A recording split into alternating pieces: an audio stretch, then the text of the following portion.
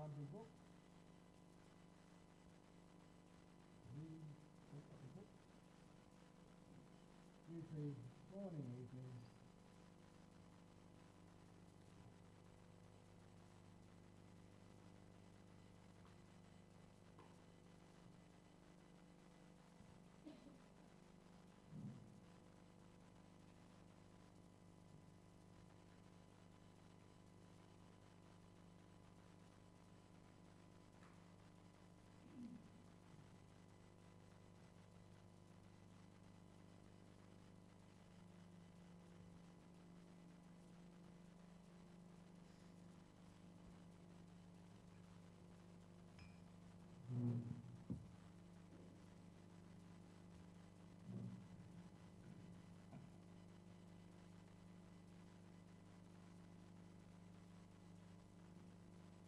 Very good. Oh, yes, oh.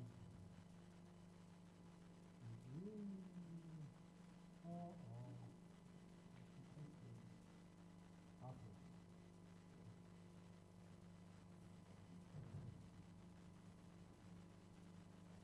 Very good. So, are you ready? A one, a two, a one, two, three. No? Okay, let's do it the Omni way then. Yo so bhagava arahang samma sambuddho sawakato yena bhagavata dhammo Sapatipano yasa bhagavato sāvaka sangho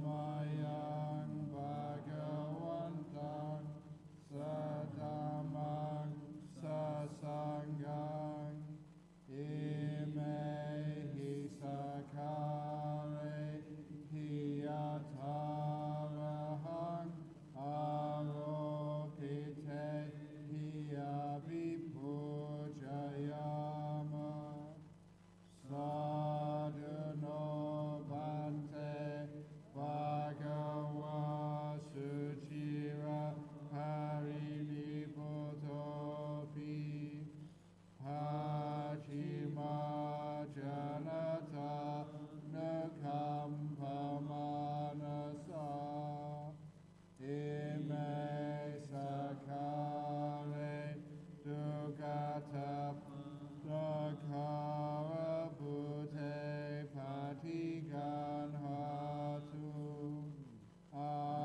amhakang dikaratang hitaya sukhaya alahang sama sambuddho bhagava buddhang bhagavantang abhivademi Sawakato bhagavata dhammo dhammang namasami Supatipano bhagavato sāvaka sangho sanghang namami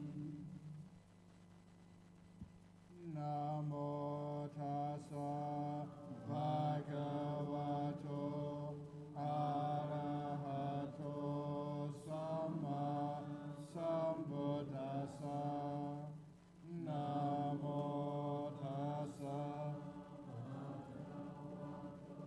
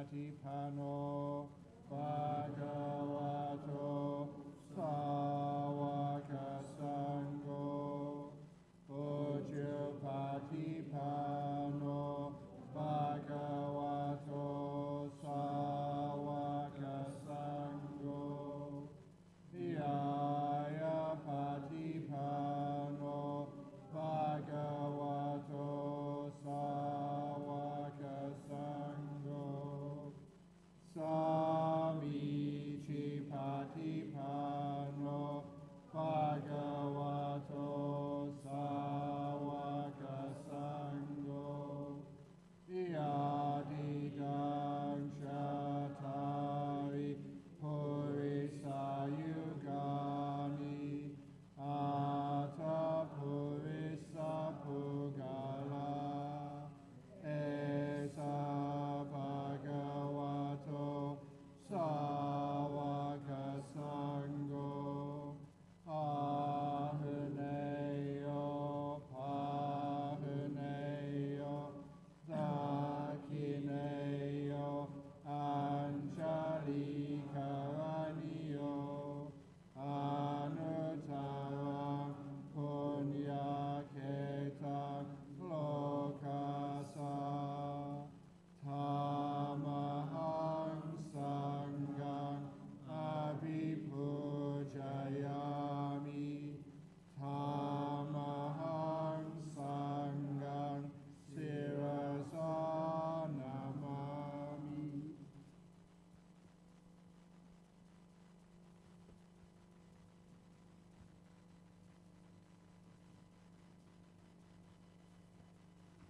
Now, necessary time.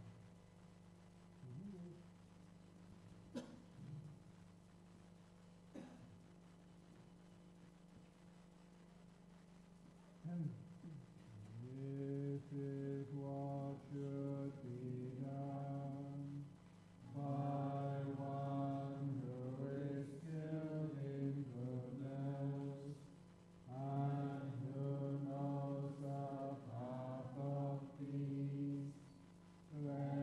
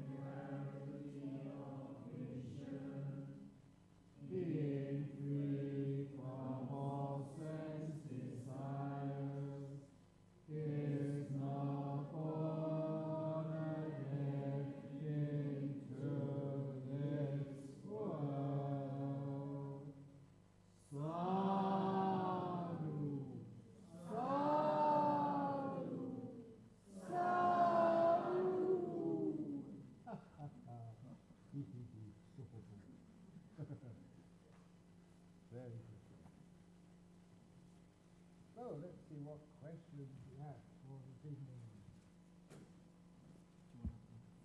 Oh, the microphone? Okay. Here we go.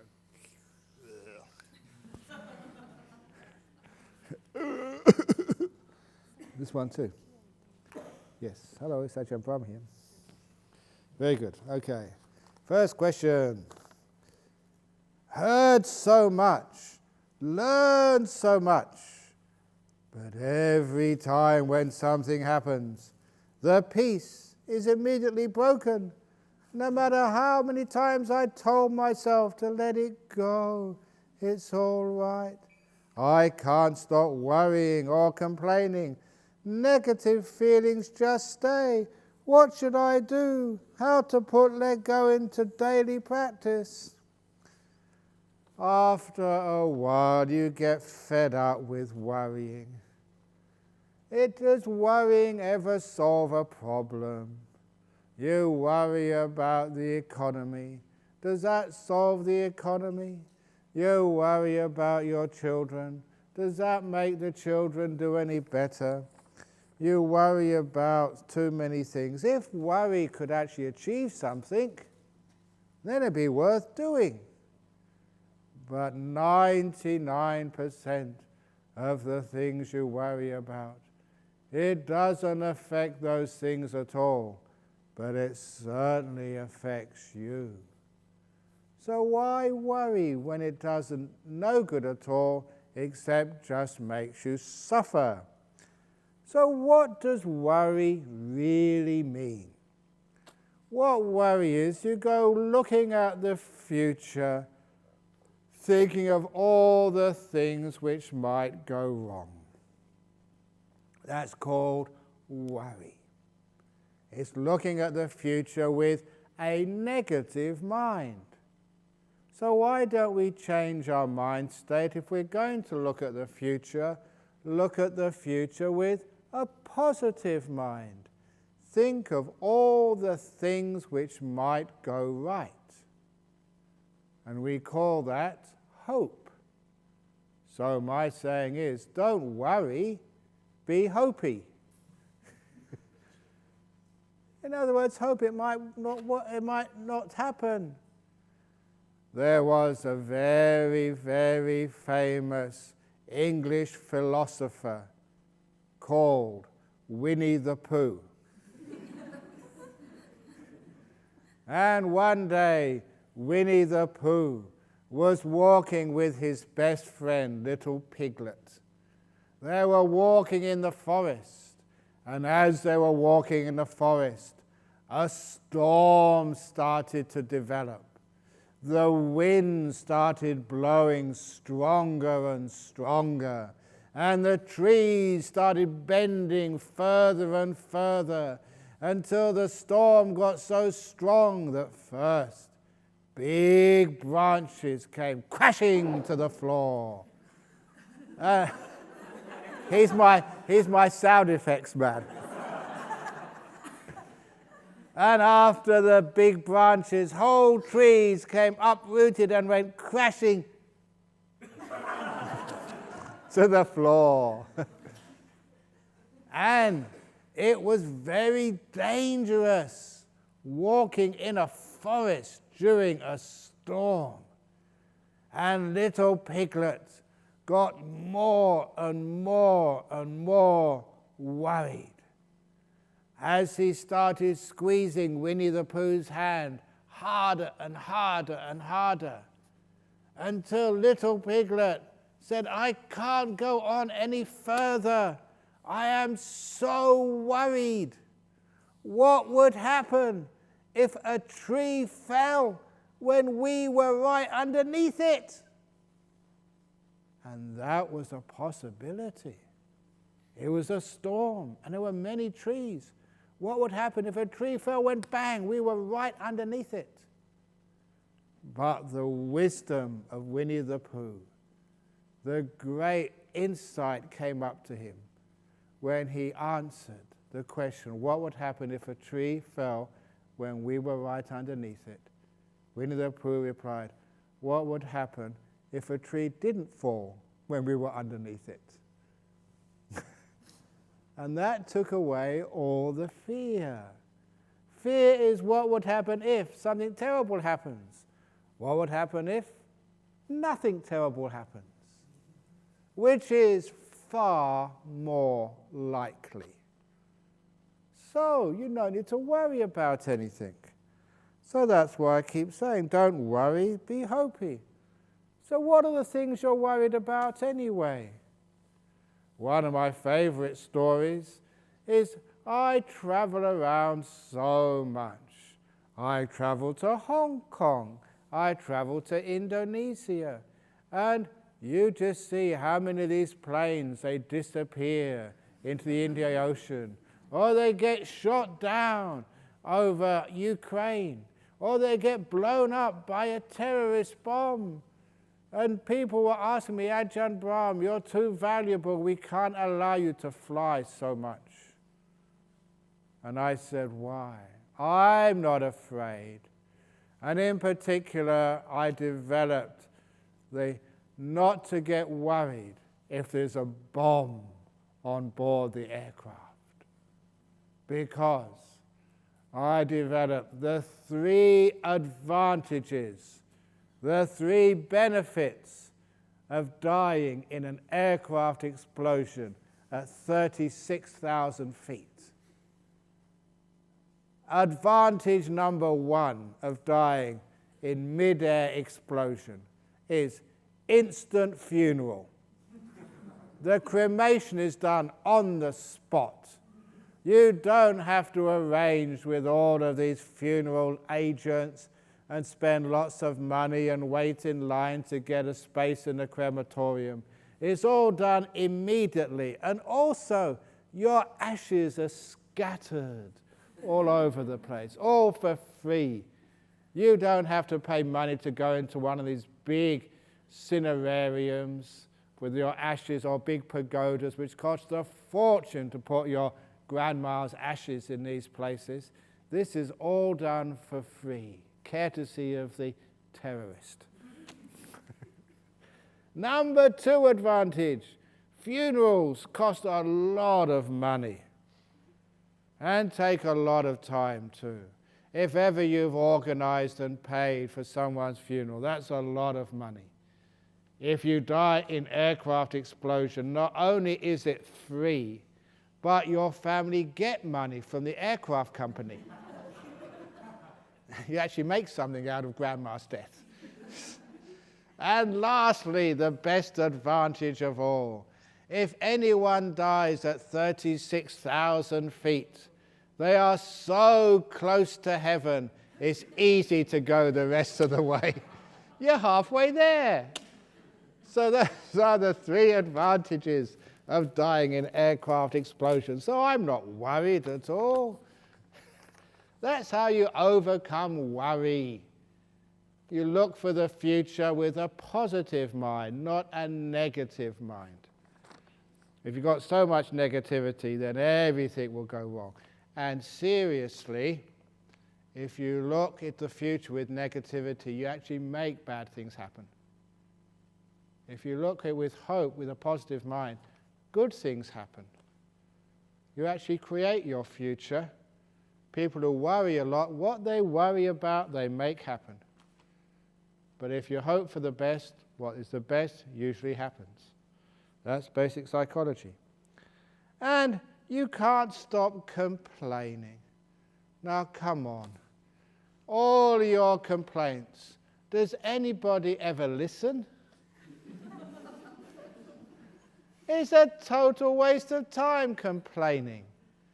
If you want to complain, go and find a tree and complain to the tree.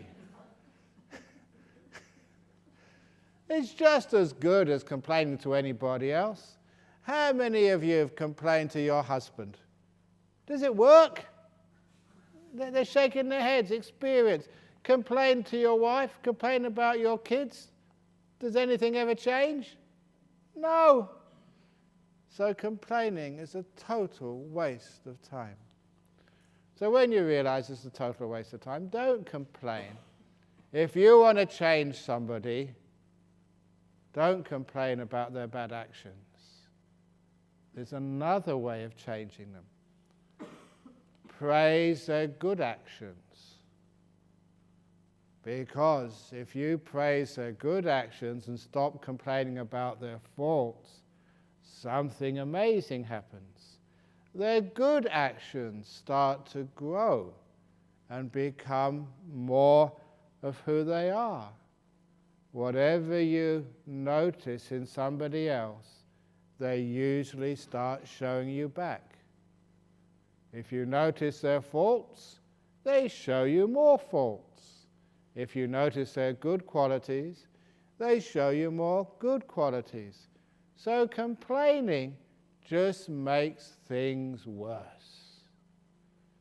But if you compliment and praise and point out people's good qualities, then those good qualities get more and more and more. And so the whole goal of complaining, which is to point out people's faults so they don't make those faults again, the point of complaining is achieved by doing the opposite. Praising somebody, building them up, giving them compliments. Then you change people, and it's far more fun. Every time I've been to Hong Kong, Susan, Della, how many times have I complained? Exactly. Have you done things perfectly? Yes. No. But instead of complaining, I praise all the nice things you do. And so you do more of those things the next time I come. All the times I've gone to Indonesia, Tasman, how many times have I complained? He's bowing. No, you don't have to bow. I haven't complained at all. But I always praise you when you do something good.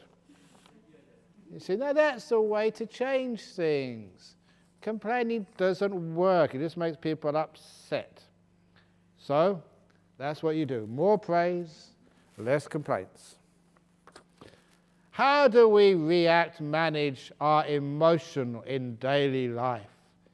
If we follow Dhamma, be kind and a nice person. Sometimes the perception is we are too soft in daily life, especially in working environment.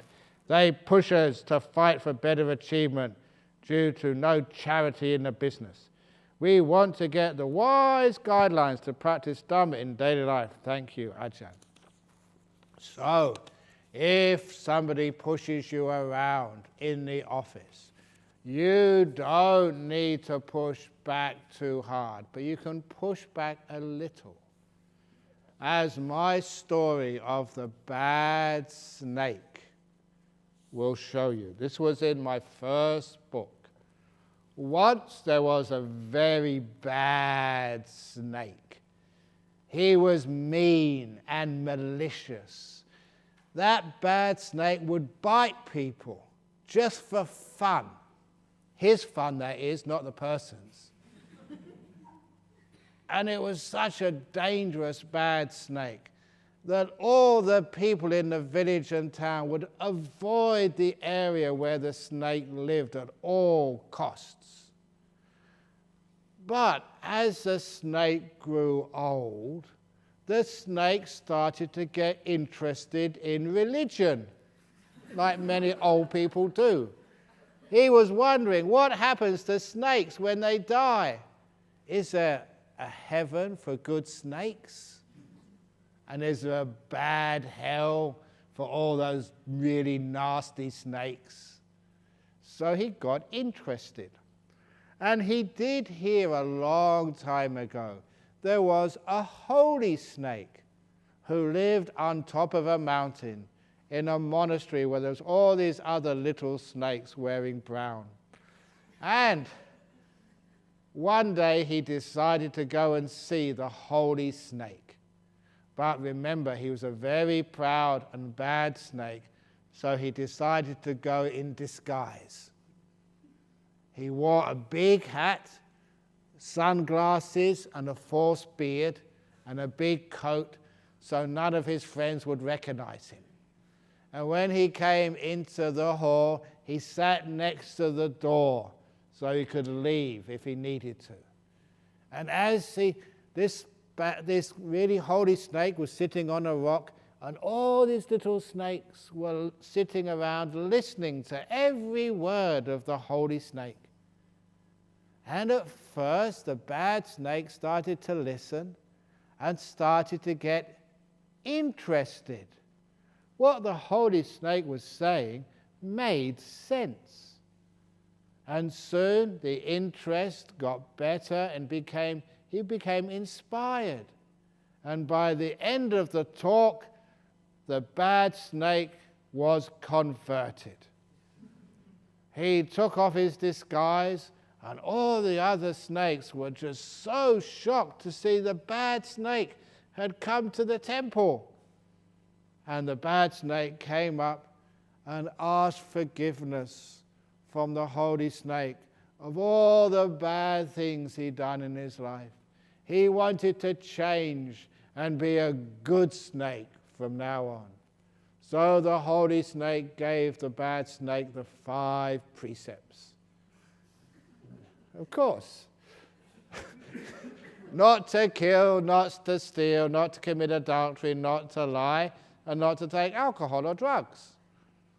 So the bad snake took those 5 precepts. And on the way out, he put a donation in the box.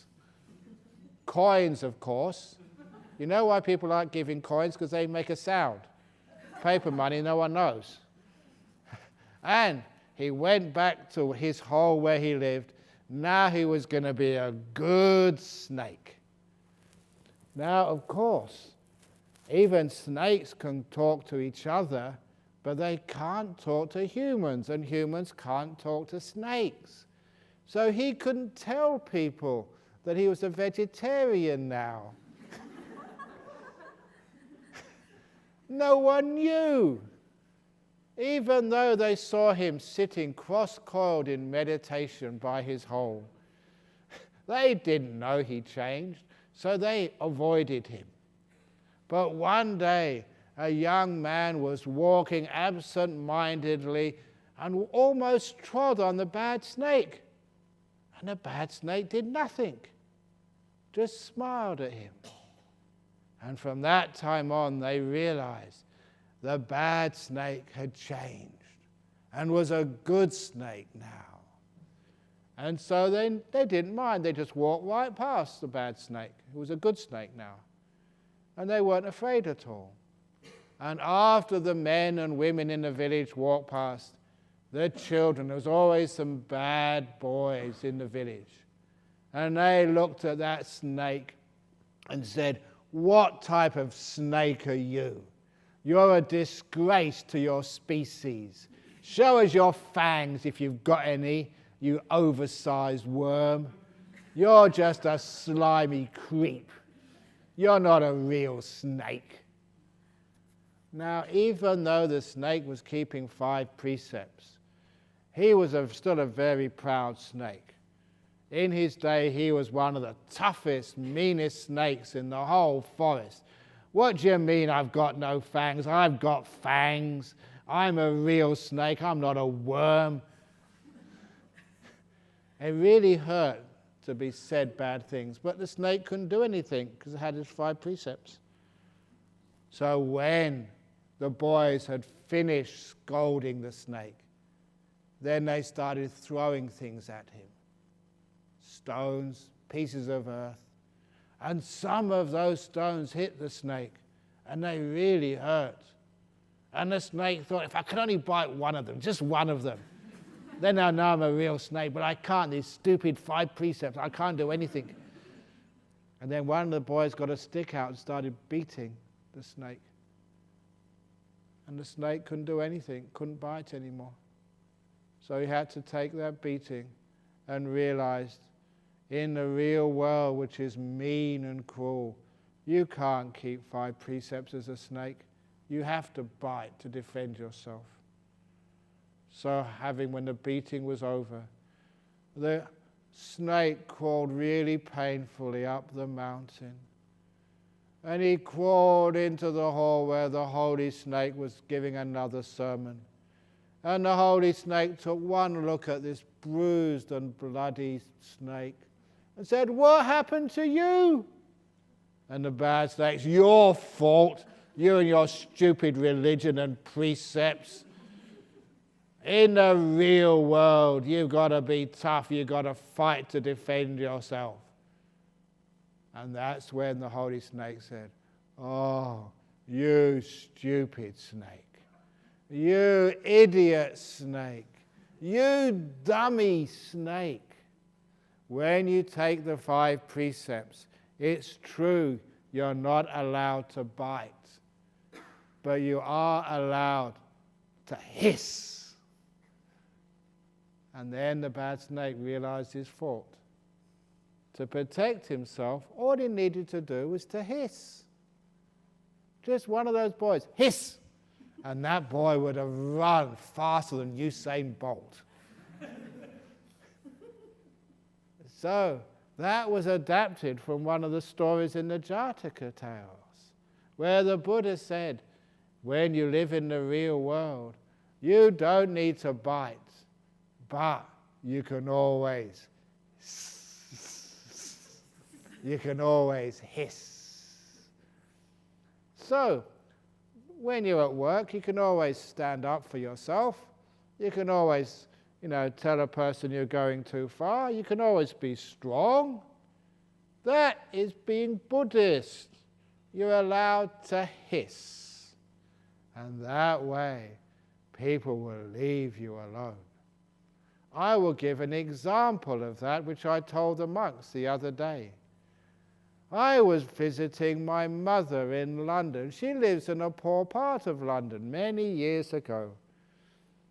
And I was going to give a talk in the Sri Lankan temple, which was about an hour's walk away. And so I went for a walk to the Sri Lankan temple, but it was going to pass this very rough neighborhood where those gangs lived. And as I was walking down the road, there was a gang of boys, of teenagers. They were assembling on the side of the road. And it was very dangerous, because I'm a monk in my robes. And as they saw me, they started chanting, "Buddha, Buddha, Buddha, Buddha, Buddha," trying to make me scared. But was I scared? No, I walked straight towards them. And as I walked straight towards them, "Buddha, Buddha, Buddha, Buddha," they do a chant. And as I came closer, I lifted up my arms.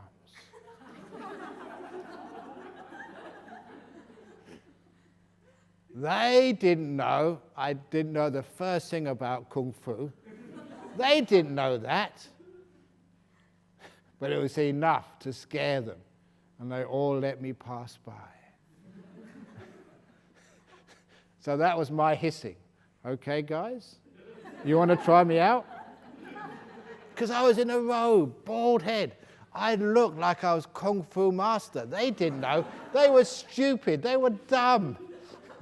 And it worked. Or one of the other times, again with my mother. She was making my lunch for the day. Now I only eat once a day, so lunch is really important for a monk. So when somebody rang the doorbell of her apartment, I said, "Mother, don't spoil my lunch. I will answer the door."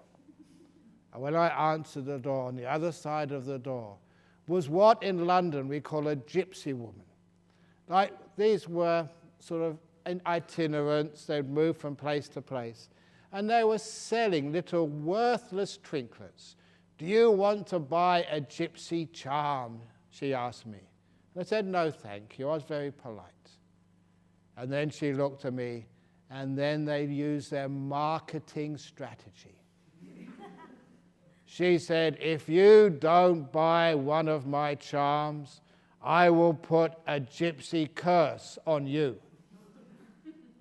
She was trying to make me afraid. So out of fear, she would curse me if I didn't buy one of her charms. And I was in my robe. I stood up and I said, I am a Buddhist monk. My curses are much stronger than yours. And honestly, that's what I said. And this poor woman, her jaw dropped, her face went white, she turned away and she ran. She was so afraid.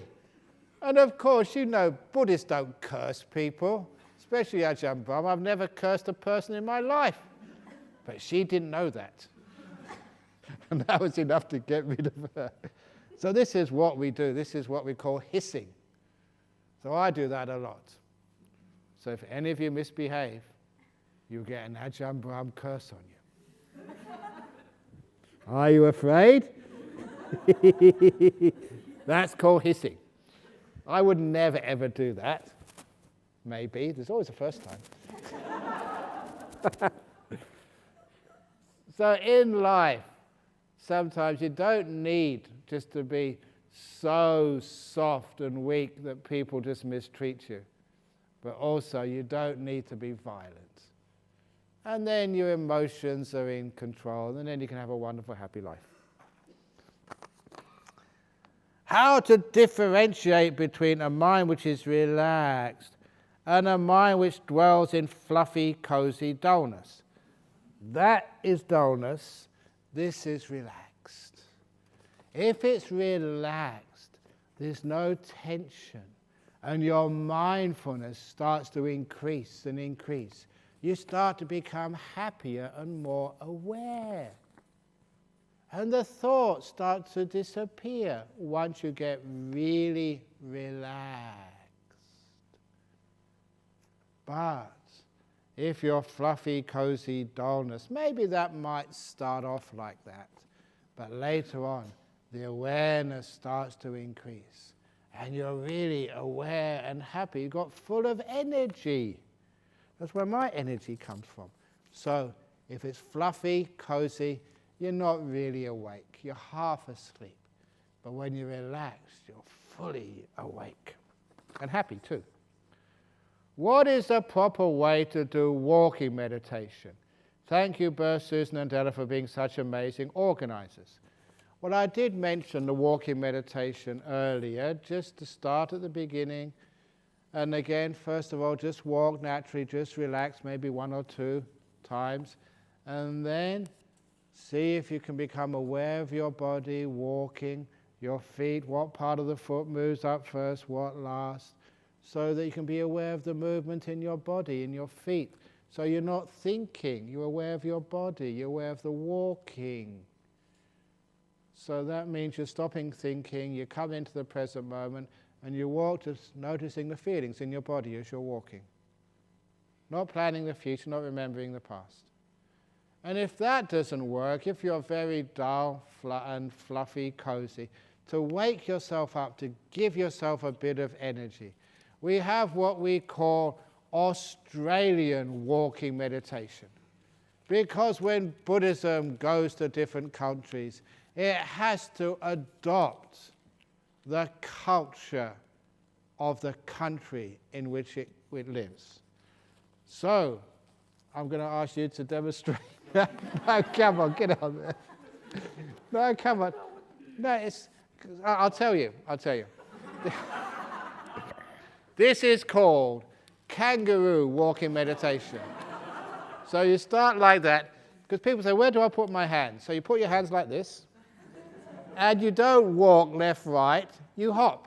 Okay, hop. 1, 2. Very good, that's called kangaroo walking meditation. Thank you very much.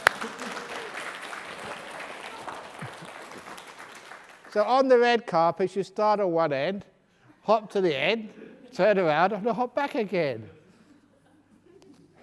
Now, I ask every one of you to do that at least once. In the rooms there, from one end to the other and back again. Then you can do normal. That will wake you up, it will make other people laugh, make you laugh, and bring a lot of happiness to a lot of people. It's compassion. So try it. It's called Australian walking meditation. Give it a try. Thank you. When we are sitting, we're trying to find a nice position. After a few minutes, we start to feel pain in our foot back. How do we understand the body? By moving it and find new position, or just monitor to see it? Just be kind, move. So at the very beginning, if you make a mistake and after a few minutes you ache or pain, then just move it slightly. Yes, it does interfere with the meditation, but the pain, when it's prolonged, will interfere with the meditation much more. So it's better just to move. Can we live a better life at the present moment if we are able to look into our past life through meditation? Yes, sometimes you can find out who you were in your past and why you married the person you did, or why you became a monk, or why is it you've all come to this place from so many different countries. What connection did we have in the past? You can find all that out. But it's not really necessary, and you can only do that with very deep meditation. So get into deep meditation first, and then you can remember your past life. At the moment, most of you can't remember what you did this morning. Let alone your past life. So start at the beginning. How can we deal with worries and doubt? For example, when I'm doing meditation, sometimes the doubt arises. Am I doing it right? Is meditation really work? If that thought arises, you're doing it wrong. So shut up, be quiet, and just do it. There was another of my favorite stories. When I was a young monk in Thailand, my master Ajahn Chah was building his hall, and we all had to help out. And so after the hall was finished, there was this big mound of earth. And Ajahn Chah, he asked all the monks after our one meal a day in the early morning, he said, I want you to move this big pile of earth from over there to round the back where it wasn't in such a, it didn't detract from the hall. And that meant 3 days of hard work with wheelbarrows and spades. And that's really hard work. We used to eat about 8:30, finished by 9:30 in the morning. 9:30 in the morning to maybe 9 o'clock at night, working all the time. And we'd just have a break for a bottle of Coca-Cola, and that was all to keep us going. And this was in the hot, sweaty, mosquito-ridden jungle in Thailand. Oh, it was hot. It was tiring. Sweat and dirt and mosquitoes all over you. But I was tough. I was not a cream puff monk. And I had faith. This was for my teacher. It took us 3 days to finish.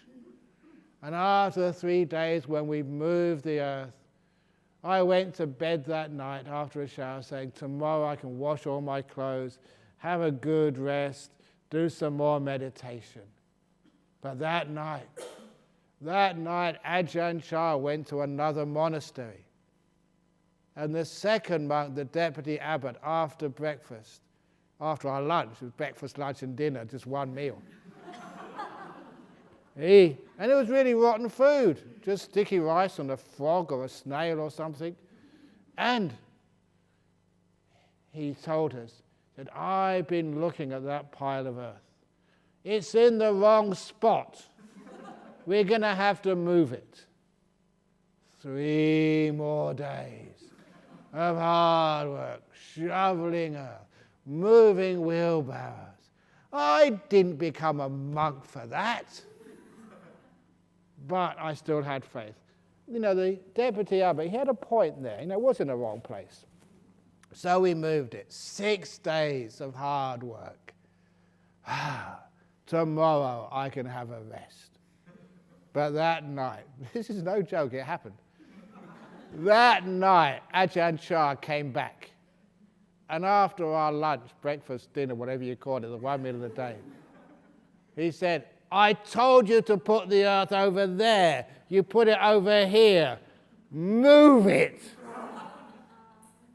Which meant another 3 days of hard shoveling, moving these blooming wheelbarrows in the heat, in the dust, being bitten by mosquitoes.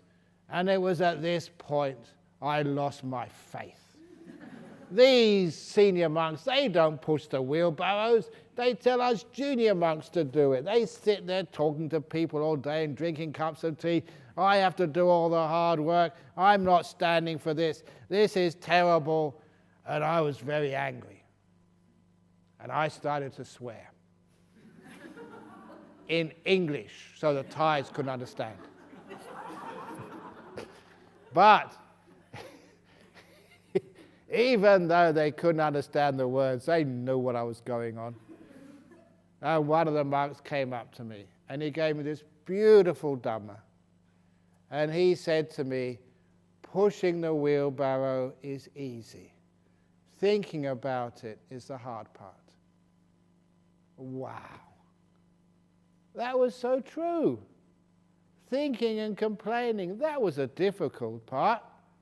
So I stopped thinking and complaining. And the wheelbarrow was very easy to push. We had a great time messing around, racing each other, throwing a bit of earth over your monks you didn't like, whatever. Boys playing around. And after 3 days, it was all finished. And then we could have our rest afterwards. And that was 9 days of hard work, but I got the best Dhamma out of that. Was whatever you have to do in life, doing it is really easy. Thinking about it is a difficult part. So please remember that. Stop complaining. Meditating is easy. Thinking about it is hard. Dying is really easy. But thinking about it, whoa. So remember that. Doing it is easy, thinking about it is tough. So don't think, just do it, for goodness sake. How to tackle the problem of impatience. You said that yesterday. Okay, I'll tell you tomorrow.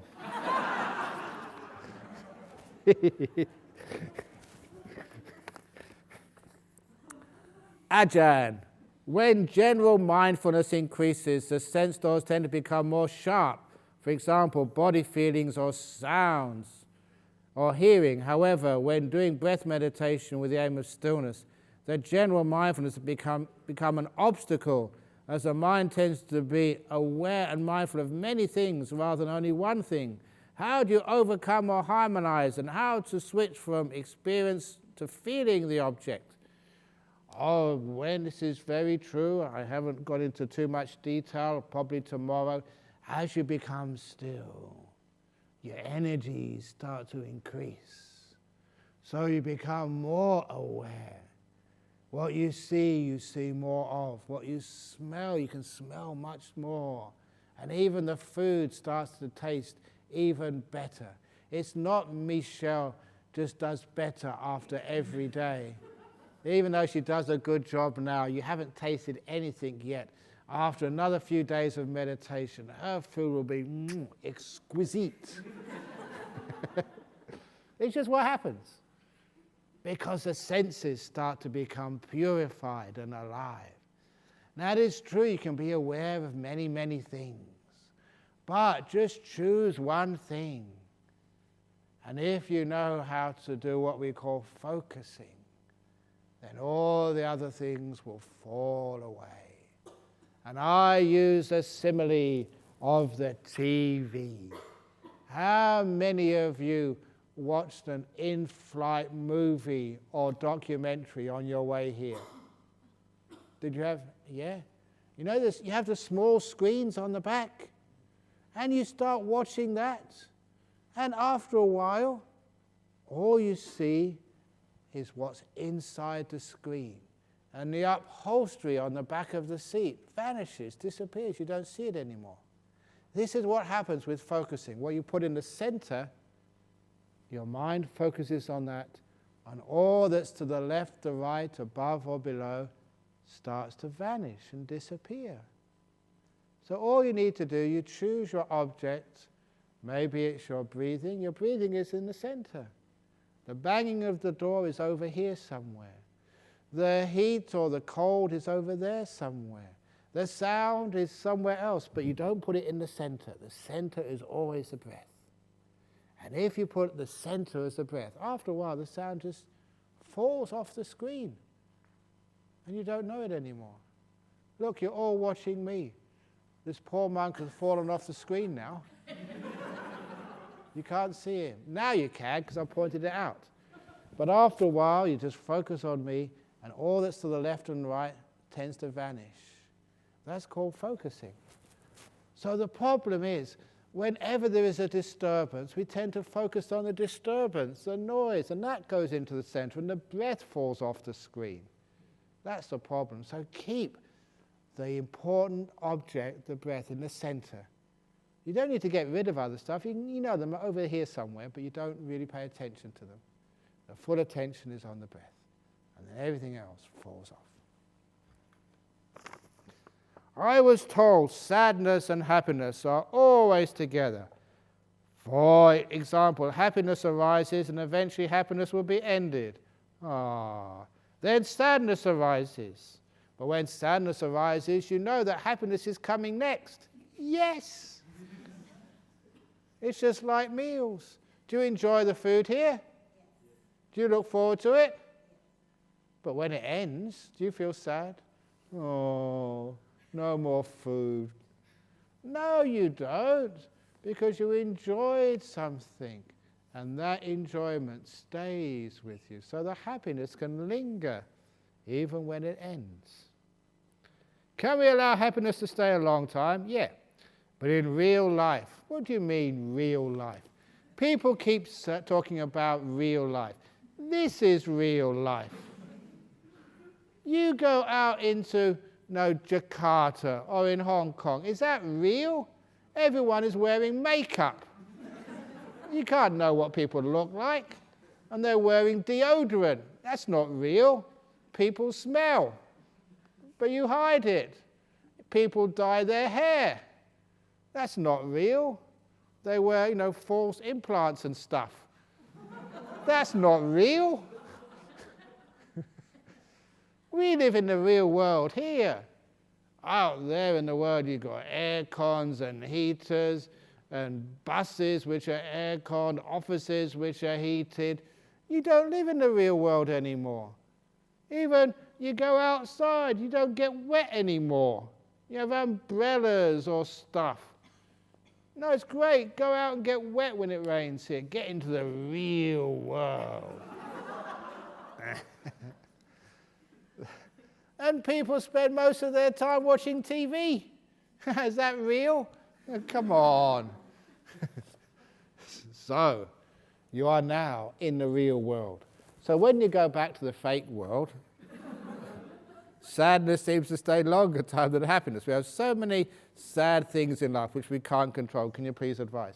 Because people like being sad. Chinese movies. I've never seen a Chinese movie because I'm not Chinese. But one of the ladies who comes and offers food once a week or once every couple of weeks, she came, her mother was Chinese in Bangkok. And once a week, she would go to the Chinese movies. And every time she came back again, her eyes were red. She'd been crying. Because in traditional Chinese movies, it's always the same. The boy meets the girl falls in love with the boy. But they never live happily ever after. Otherwise, the imperial army comes in and kills somebody, or there's some earthquake, or whatever happens. There's always a sad ending in the old Chinese movies. And you know that's going to happen. So you know you're going to cry. Why do you go there? Oh, because I like crying. Guys, that's girls for you. They love being sad. They go to all these weepy movies. And why do you do that for? Why do you go to these horror movies? Why do you like ghost stories? Because you like to be scared and sad. This is the trouble. We get addicted to being sad. So here, no sadness. You can be happy instead. Make a choice. I refuse to be sad. I'm going to be happy. Why not? You don't need to allow other people to control your happiness. Nor do you have to have life control your happiness. Why be sad? If Ajahn Brahm dies tonight, will you be sad? Oh, I thought you liked me. No, he's got to die sometime. Yeah, Ajahn Brahm, he's gone to Nibbana. Woohoo, well done, congratulations. No need to be sad. Whatever happens, you can look at it in a bright side or a bad side. So no need to be sad. It's your choice. Can chanting sutta replace meditation? No, it can't, because it's too noisy. So when you meditate, you're nice and peaceful and calm and still. Did the Buddha get enlightened by chanting sutta? Because he hadn't said any suttas yet. He couldn't have done. So no. Chanting is okay. We just do a little bit of chanting here, but not too much. And sometimes we do the chanting to chase away ghosts. And the reason why it works is our chanting is so terrible. Any ghost comes anywhere close, oh, I can't stand this, and runs away. That's why it works. In this afternoon, I'm happy in meditation.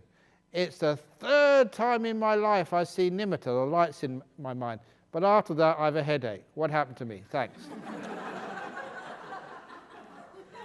Well, you can't have anything. Take an aspirin. No, sometimes you may have been trying a bit too hard. That's one of the reasons you get headache, too much effort. So let go a bit more, relax a bit more. Obviously, if you're not drinking enough water, liquids, that's a cause of headaches. Maybe you're still adjusting to the new temperature and place here. Give yourself a time to adjust to, Australian climate at this time of the year, and the food and the place and the people. So after a while, the headaches will go.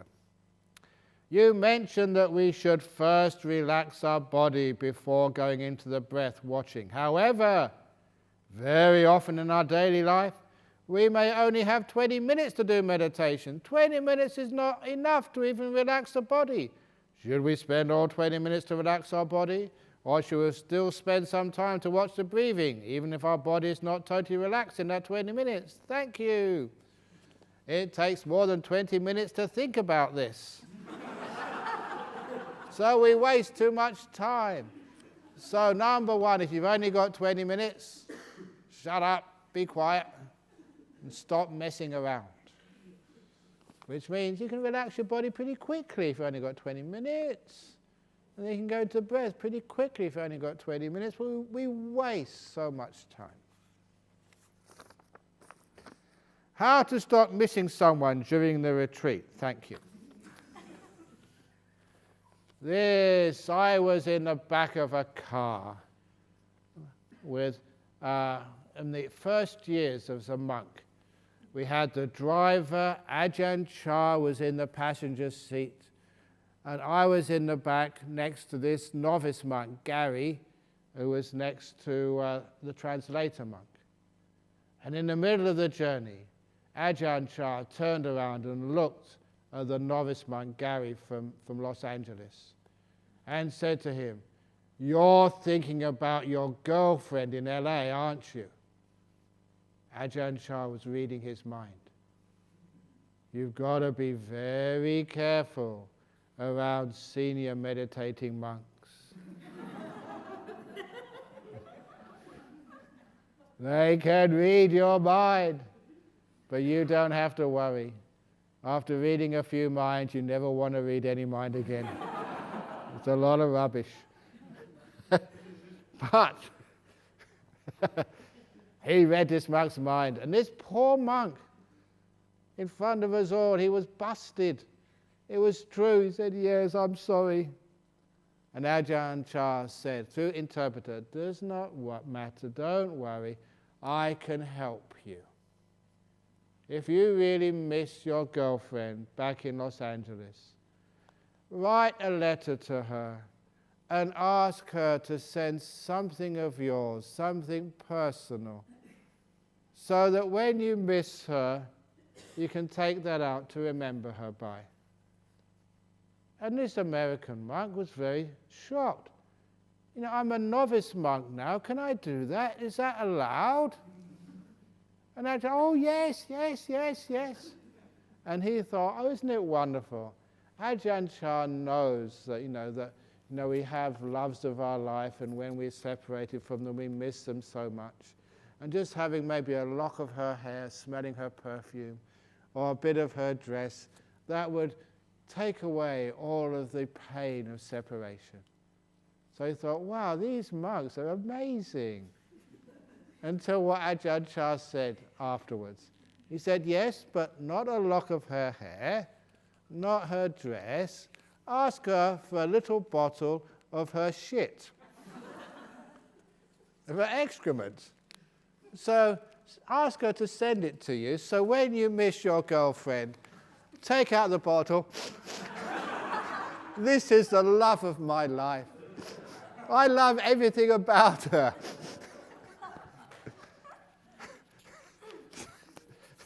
That's the way. Ajahn Chah said it's so gross. So if you're missing someone during retreat, ask to get some of her excrement so that when you're separated from her, you can open up, oh, that's my loved one. Then you won't miss her anymore. Guaranteed. Why do we have teddy bears inside the hall? They're not teddy bears, they're metta bears. Metta is loving kindness. So I mentioned this early on. You saw me doing this. Take a bear and put it in front of you and meditate with the bear. You find it gets much calmer and peaceful. Try it. It works. We've got lots of bears. We've got the big bear. We've got the little bear. The bear over there has been abandoned, lonely. That's why I look at it. It looks so sad and lonely. You've got the koala bear here. So lots of bears here you can choose from. Put it in your lap, meditate with it, and it works. How to deal with irrational fears, such as feeling afraid to sleep alone in a room. Easy. Take teddy bear to sleep with. Then you've always got teddy bear to protect you.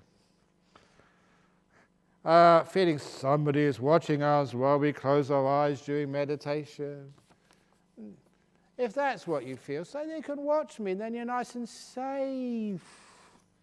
This is a very safe place. One of the safest places in the world. Because we've got great monks and great nuns here protecting you all the time. Recently, I was going to Phuket to teach a retreat. And when I went into the airport in Singapore, into the lounge there was one woman, she said, oh, Ajahn Brahm, you're on the same flight as me. That's wonderful. I don't like flying, but now you're here. I'm safe. That's what she said. So now I'm here. You're safe. This retreat center was built 6 years ago.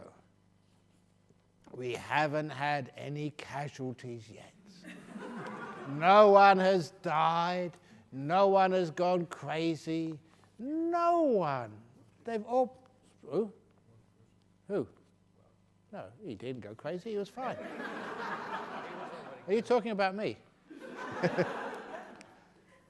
This is totally, perfectly, 100% safe. So look at the track record.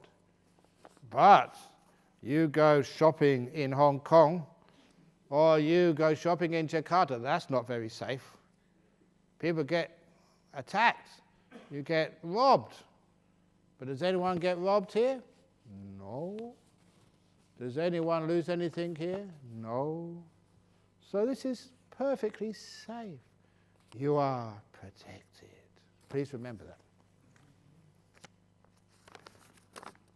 I have many times followed retreat meditation at many places, but it is for the first time, at the first day, I really feel happy and peace with my meditation. Yes, you are true, Ajahn. Yes. Did I write this? Looks like my writing. When someone allow himself and do meditation without purge and strict rule, just be ourselves, we can do meditation easier. It is amazing for me because it is not boring or painful. Exactly. This is the best way to meditate. Relax, do it naturally. And you find you do more meditation that way. Those people who really force you, you do end up doing less. You mentioned that we can be aware of our body in order not to think that much, but I've found that I still have a lot of thinking. Even I try very hard to be aware of my body. What can I do? Don't try. It's a trying causes your thinking. So just try reverse psychology. Try and think as much as you can. Because sometimes this works. You know what happens? I've seen this. People come in here to meditate and they fall asleep. And then you go to bed and you can't go to sleep. So to solve that problem, when you come in here to meditate, try to sleep. When you go into your room or after this is finished, try to meditate. You fall fast asleep. Reverse psychology. So try to think, and maybe be quiet. Try to be quiet and you think. Give it a try. Dear Ajahn, in meditation, how far can willpower go? Not very far. We don't use willpower, we use wisdom power, which is much stronger than willpower. Willpower is like banging your head against a brick wall. Wisdom power is seeing there's a door right next to it. Go through the door, you stupid. But a lot of the time, bang, bang, bang, there's a door just over there. That's the difference between willpower and wisdom power. And in the next few days, you'll hear more about wisdom power and how we can use insight and wisdom to get so peaceful and so calm. What willpower promised it will give you but never actually supplies, wisdom power gives you every time. So that's the last of the questions. And I'm very mindful of the fact that poor old Tasvan has got to translate all of this, including all the jokes and the funny stories. And you must also explain with Indonesian about kangaroo walking meditation. Demonstrate as well. So you can all have a good night. So that's the Q&A tonight. So, sadhu, sadhu, sadhu. Very good. Have a good night. See you in the morning. Very good. Oh, and Anthony, that Astra car was sold today, but there's another one, because Mr. Dilbag over the back there, where's Dilbag? He's going to become an anagarika in 8 days' time, novice. So he's going to renounce all his worldly goods, and he's got this old car at the back over there he wants to flog. So if you want to have a look at it, go and see Mr. Dilbag. Okay, I'm also used car salesman, entertainer.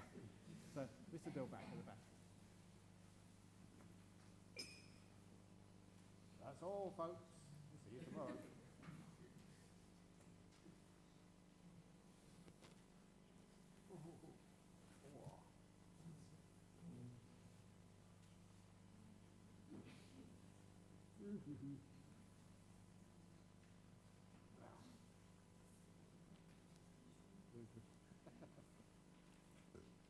I'm exhausted.